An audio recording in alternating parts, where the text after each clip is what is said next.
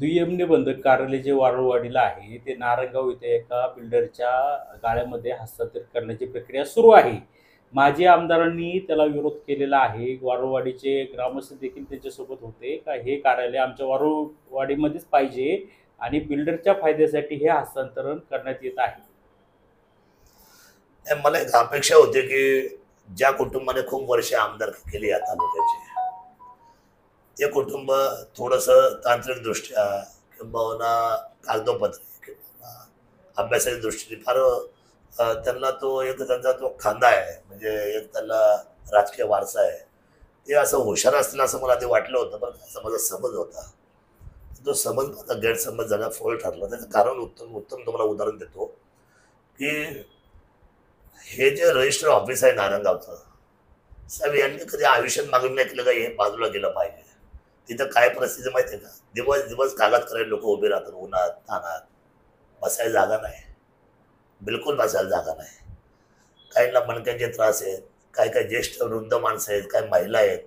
काय त्या लोकांची परिस्थिती, म्हणजे त्यांनी सरकारला टॅक्स द्यायचा, त्यांनी रेव्हेन्यू द्यायचा, रजिस्टरची फी द्यायची, नोंदणीची फी द्यायची, आणि सर्व सगळं देऊन सुद्धा त्या रजिस्टर ऑफिसमध्ये त्यांना बसायला जागा नाही, त्यांना प्यायला पाण्याचं वॉटर फिल्टर नाही, त्यांना लघवीला जायचंय, महिलांना जायचंय शौचालयाला, अजून कोणाला जायचंय, ज्येष्ठांना जायचंय, त्यांना कुठेही त्याचं साधन नाही. आणि अशा परिस्थितीमध्ये इतक्या वर्ष हे लोक रजिस्टर ऑफिस चालवतात. आणि म्हणजे तुम्हाला कस्टमरचं काहीच नाही. बघा, मला ज्यावेळेला मी एकदा कोर्टामध्ये गेलो, माझ्या जेव्हा एक अधिकाऱ्याकडून गुन्हा दाखल झाला होता, त्यामुळे मी पहिल्यांदा कोर्टाची पायरी चढलो जुन्नरची, आणि मी तेव्हाच पाहिलं त्या कोर्टाने निर्णय केला माझ्या मनाशी की ही बिल्डिंग मात्र जनतेची बिल्डिंग मी जोरात बनवून दाखवेल. आजही कोल्हापूर पासून तर नाशिकपर्यंत अशी कोर्टाची बिल्डिंग आजपर्यंत कोणी बनवलेली नाही जी आपण बनवून दाखवली. जनतेचं न्यायालय, जनतेची प्रॉपर्टी. दुसरं रजिस्टर ऑफिस हे जनतेचं आहे. आता गंमत काय आहे, ज्या बिल्डर काय आहे, कसा आहे, चांगला वाईट काळा गोरा हे त्याच्याशी काय घेत नाही. त्या बिचारांनी 2000 स्क्वेअर फीट रजिस्टरसाठी लोकांना 2000 स्क्वेअर फीटची जागा विथ फर्निचर करून देऊन, शिवाय ₹1 वर्षाला भाडं. किती रुपये भाडं? आताच्या 2025च्या धावत्या जगामध्ये 2025 मध्ये ॲग्रीमेंट झाले रजिस्ट्रार बरोबर, ॲग्रीमेंट झाले महाराष्ट्र शासनाबरोबर, ॲग्रीमेंट झाले कलेक्टर बरोबर, आणि ह्या भूमी लेखच्या सर्व असलेल्या व्यवस्थानाबरोबर की आज ₹1 वर्षाला भाडं घेऊन यांनी ती जागा तिथं मोफत दिलेली आहे. किती वर्षाच्या करारावर तुम्हाला सांगतो मी, जनतेला कळावं म्हणून सांगतो, 99 वर्षाच्या करारावर. मग अशी जागा दिलेल्या माणसाचे आपण किती आभार मानले पाहिजे, त्याला किती धन्यवाद दिले पाहिजे. शिवाय त्या बिल्डिंगला लिफ्ट आहे वर जायला, पहिल्या माळ्यावर सुविधा आहेत, 2000 स्क्वेअर फीटचं ऑफिस आहे, टॉयलेट आहे, बाथरूम आहे, पाणी आहे, तिथे शेजारी कॅन्टीनचं काम चालू झालेलं आहे. लोकांना काय, जो माणूस दस्त बनवायला येतो साहेब, दस्त बनवलेल्या माणसाला तुम्ही कुणालाही विचारा, अख्खा अख्खा दिवस जातो, कधी लाईट नसते, कधी कधी ते त्यांचं हे नसेल, काय त्याला म्हणतात, इंटरनेट नसेल, कागद दुसऱ्या दिवशी जातो. अशा परिस्थितीमध्ये जनतेचा आपण विचारच नाही करणार. मला अशी अपेक्षा होती.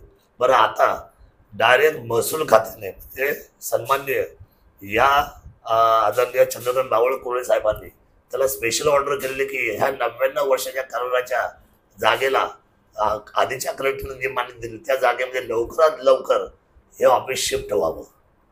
आणि मग आपण हा निर्णयाला आपण कशासाठी विरोध केला मला आजपर्यंत काय कळलं नाही. कारण काय, म्हणजे शरद सोरेंनी आणलंय, आशा त्यांनी थोडा प्रयत्न आमच्या केला आहे, म्हणजे आशा त्यांनी सुद्धा प्रयत्न केला ना या बाबतीमध्ये. बावनकुळे साहेबांना भेटले एकदा दोनदा जाऊन, त्या सुद्धा की आमच्या म्हणजे गैरसोय होते. पण चांगल्या कामाला तुम्ही कशाला विरोध करायचा.